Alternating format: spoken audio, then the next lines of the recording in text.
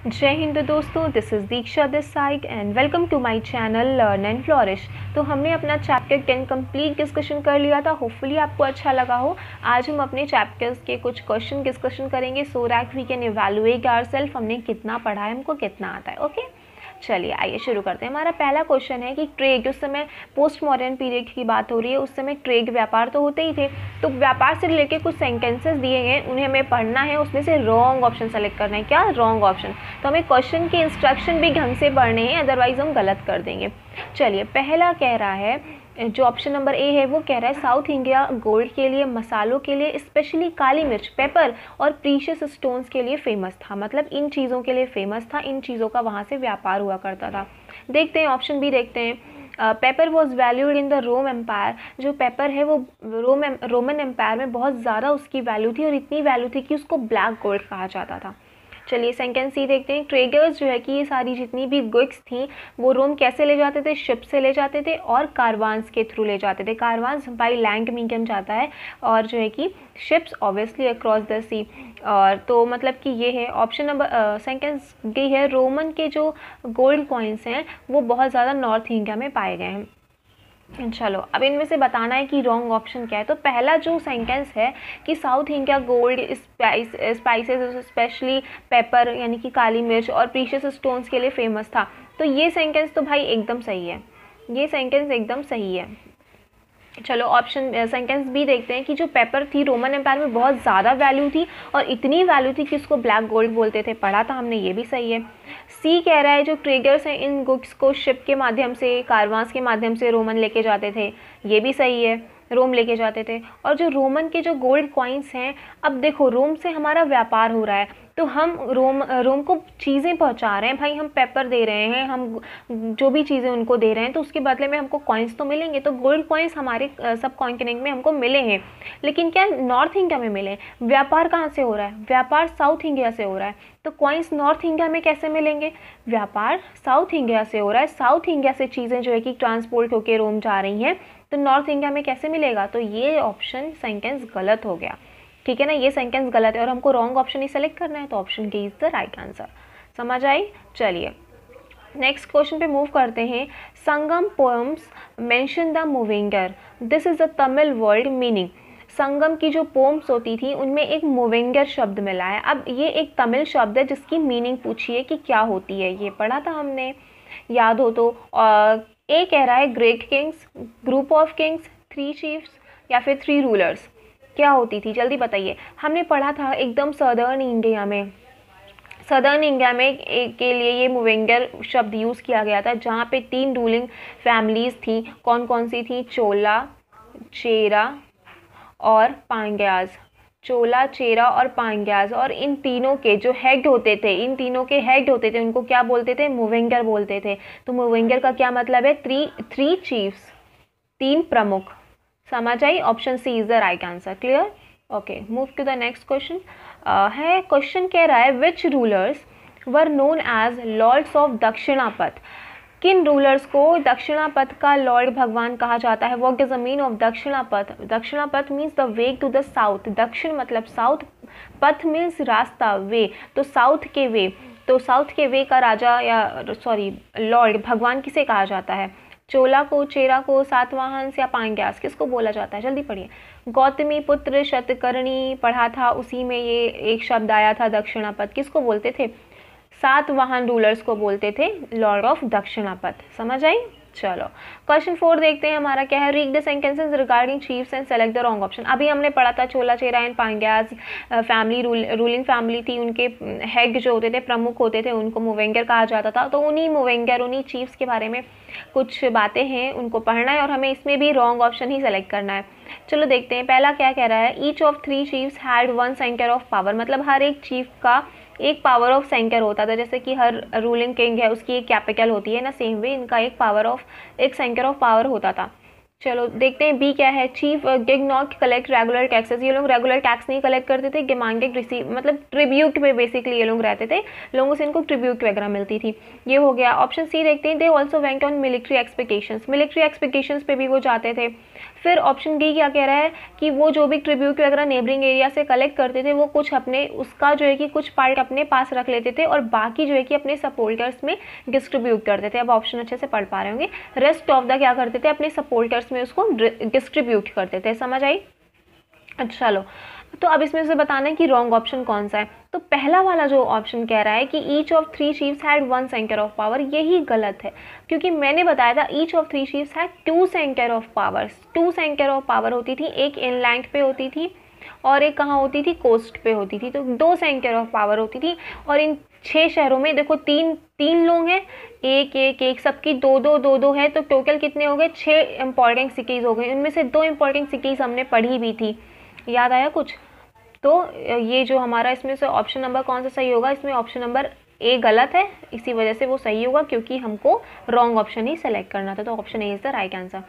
Clear? चलिए next question है हमारा, techniques of making silk were first invented in cash around 7000 years ago. 7000 साल पहले सिल्क बनाने की टेक्निक इन्वेंट की गई थी, लेकिन वो कहाँ इन्वेंट हुई? रशिया में, यूएसए में, चाइना में, इंडोनेशिया में। पढ़ा था ना हमने कि भैया जहाँ इन्वेंट हुई थी उन लोगों ने काफ़ी सालों तक उसको सीक्रेट बना के रखा हुआ था कि नहीं बताना है किसी को, फिर बाद में वो चीज़ें रिवील हुई थी, वो बात अलग है। तो ऐसा कौन करता है? हाँ, चतुर लोमड़ी। तो एंड हु इज़ द चतुर लोमड़ी is the China. Option C is the right answer. Okay, तो सिल्क बनाने की पहली टेक्निक कहाँ पे इन्वेंट हुई थी? That is the China. चलिए देखते हैं। 6 क्वेश्चन कह रहा है the best known of the rulers who controlled the silk route where the. देखो जो सिल्क रूट होता था वो बहुत इंपॉर्टेंट होता था। क्यों? क्योंकि चाइना से सिल्क जो है कि उनके खच्चरों में एंड जो भी उनके एनिमल्स वगैरह उस पर ढो करके लेके जाया जा रहा है, ठीक है ना। अब लेके जाया जा रहा है तो अब उस रूट में जो भी किंग, जो भी पर्सन अपना आधिपत्य कर लेगा, अटैक करके उसका अपना जो है कि उसका जो है कि वहाँ पे रूल हो जाएगा, तो जो भी लोग जाएंगे उनसे उनको क्या मिलेगा? कुछ ट्रिब्यूट मिलेगा, कुछ वैल्यूएबल थिंग्स मिलेंगी। तो इसी वजह से रूलर्स जो है कि इस पर कब्जा करना चाहते थे कि मेरा अधिकार हो। और इसके बदले रूलर्स इन लोगों को क्या पहुंचाते थे? सेफ्टी पहुंचाते थे। किससे सेफ्टी पहुंचाते थे? डाकुओं से सेफ्टी पहुंचाते थे। समझ आई? तो अब यही पूछा है कि कौन सा रूलर था, मतलब कि the best known of the rulers who control the silk route. Cheras, Cholas, Kushans या सातवाहन्स? कौन था? हमने पढ़ा था कुशान्स थे। कुषाण थे जिन्होंने जो है कि सिल्क रूट पर अपना आधिपत्य किया था। समझ आई? चलो आगे देखते हैं। क्वेश्चन नंबर 7 कह रहा है read the sentences regarding Mahayana and select the wrong option. हमने पढ़ा था बुद्धिज्म आगे जाकर के 2 शाखाओं में डिवाइड हो गया। हमारा बुद्धिज्म आगे जाकर के 2 शाखाओं में डिवाइड हो गया, एक हीनयान और एक महायान। महायान के बारे में ही कुछ सेंटेंसेस दिए और हमें रॉन्ग ऑप्शन सेलेक्ट करना है। चलिए ठीक है, ऑप्शन ए देखते हैं। A new form of Buddhism known as Mahayana Buddhism. मतलब जो बुद्धिज्म की जो न्यू फॉर्म थी, जो पिछले जो बुद्धिज्म के रूल्स और रिचुअल्स चले आ रहे थे उनको छोड़ करके कुछ इन्होंने नया अपनाया, तो उसको क्या बोलते हैं? उसको महायान बोला गया। देखते हैं सही है कि नहीं। आगे देखते हैं। Now statue of Buddha were made, मतलब अब इस न्यू बुद्धिज्म में बुद्धा के जो स्टैचू वगैरह, मूर्ति वगैरह बनने लगे। सी कह रहा है ना बोधिसत्व, जो बोधिसत्व हुआ करते थे वो जो है कि बोधिसत्व का क्या काम होता था कि आपको इनलाइटमेंट मिल गया है, अब आप जो है कि अकेले में रहें, आइसोलेशन में रहें और अपना मेडिटेशन वगैरह करें। लेकिन न्यू जो हमारी जो ये महायान है, उस महायान के जो अनुयायी थे उसमें जो बोधिसत्व थे वो जो है कि आइसोलेट नहीं हो जाते थे इनलाइटमेंट के बाद, वो वर्ल्ड में ही रहते थे और लोगों की हेल्प करते थे, उनको टीचिंग्स देते थे। चलो ऑप्शन डी देखते हैं। जो न्यू फॉर्म ऑफ बुद्धिज्म थी वो लोग जो रूलर्स हैं उनके द्वारा अडॉप्ट नहीं की गई। तो इसमें से कौन सा जो है कि ऑप्शन गलत है, जल्दी से बताएं। पहले ऑप्शन पे वापस में आते हैं कि जो महायान है वो न्यू फॉर्म ऑफ बुद्धिज्म है। तो is it right? Yes, it is right कि जो महायान है, just a minute let me clean,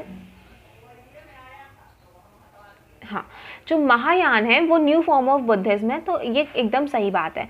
फिर now statue of Buddha were made, मतलब न्यू फॉर्म ऑफ बुद्धिज्म में जो है कि बुद्धा के स्टैचू वगैरह बनने लगे, ये भी बात सही है। पहले क्या होता था, बुद्धा के प्रतीकों का यूज़ किया जाता था, जैसे कि पीपल का ट्री एंड ऑल, की उनको इनलाइटमेंट मिला तो उसके लिए पीपल का ट्री वगैरह यूज़ किया जाता था। लेकिन अब प्रॉपर बुद्धा की जो है कि मूर्तियाँ, स्कल्पचर्स बनने लगे थे।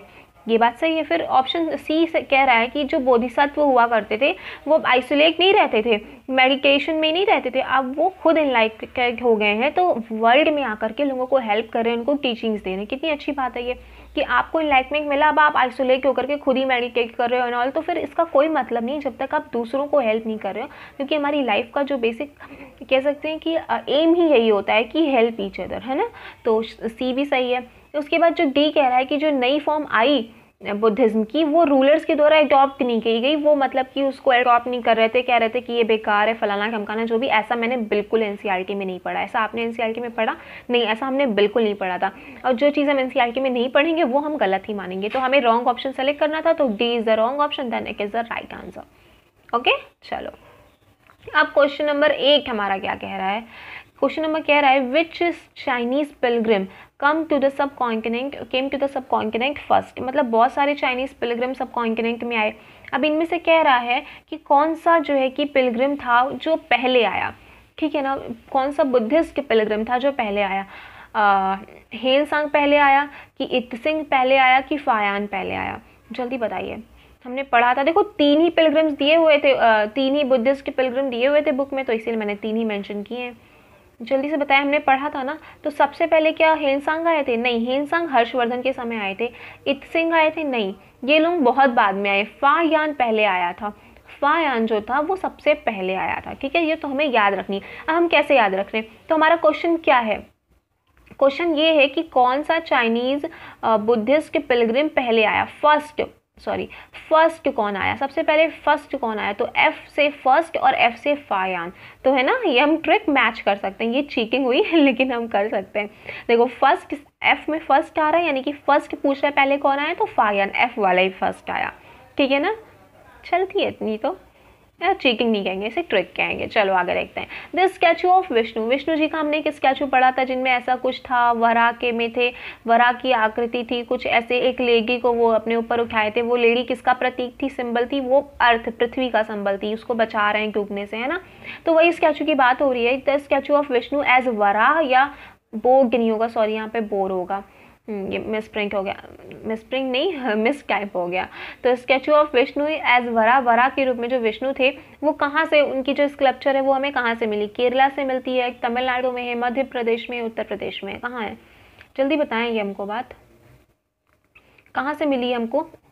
तो ये मिली है ना ही केरला से ना ही तमिलनाडु से, ये मिली है मध्य प्रदेश से। कहाँ है? मध्य प्रदेश में, राइट। चलो last question but not the least, the older form of Buddhism, Buddhism की जो ओल्डर फॉर्म है नोन एज, उसको किस नाम से जानते हैं? और आगे क्या पूछा है, was more popular in this area, और किस एरिया में? This area, not these area, was more popular in this area, क्योंकि इसमें एक ही ऑप्शन दिया हुआ है ना, तो 2-3 ऑप्शन होते तो हम बोलते दीज एरिया। तो अब बुद्धिज्म की ओल्ड फॉर्म को क्या कहते थे और वो किस एरिया में पॉपुलर थी? तो पहला है महायान श्रीलंका। अभी हम जस्ट पढ़कर आ रहे हैं कि भाई महायान हम न्यू फॉर्म ऑफ बुद्धिज्म को कहते थे। ऑप्शन ए वैसे ही कैंसिल हो गया।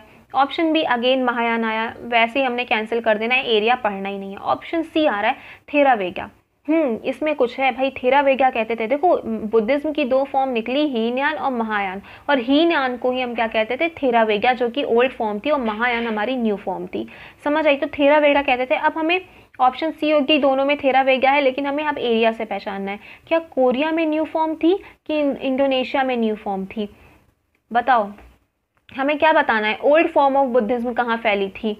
तो कहाँ फैली थी? बहुत गंदा हो जाता है। हाँ, old form of Buddhism Korea में थी कि इंडोनेशिया में थी, या न्यू फॉर्म ऑफ कहाँ थी बुद्धिज्म? एक भी पता होगा तो हम एलिमिनेट कर ही देंगे। तो कोरिया में जो है कि न्यू फॉर्म ऑफ बुद्धिज्म फैला था, ठीक है ना। हमें यहाँ ओल्डर फॉर्म ऑफ बुद्धिज्म बताना है, तो इंडोनेशिया में क्या था? ओल्डर फॉर्म ऑफ बुद्धिज्म थी, और ओल्डर फॉर्म ऑफ बुद्धिज्म को थेरावेगा कहते थे। तो option D is the right answer. समझ आई? तो दीज वर कुछ क्वेश्चंस थे हमारे, और अगर आपको ये क्वेश्चंस पसंद आए हों then please hit the like button, do subscribe to my channel and share the video because sharing is caring। और मैंने बुक का क्वेश्चन इसलिए नहीं कराया क्योंकि वो सारे मैंने इन्हीं में ही मेंशन कर लिए थे, तो अलग से उनको कराने की कोई ज़रूरत नहीं थी, ठीक है ना। तो अगर आपको ये वीडियो अच्छी लगी हो देन प्लीज़ लाइक ज़रूर करें।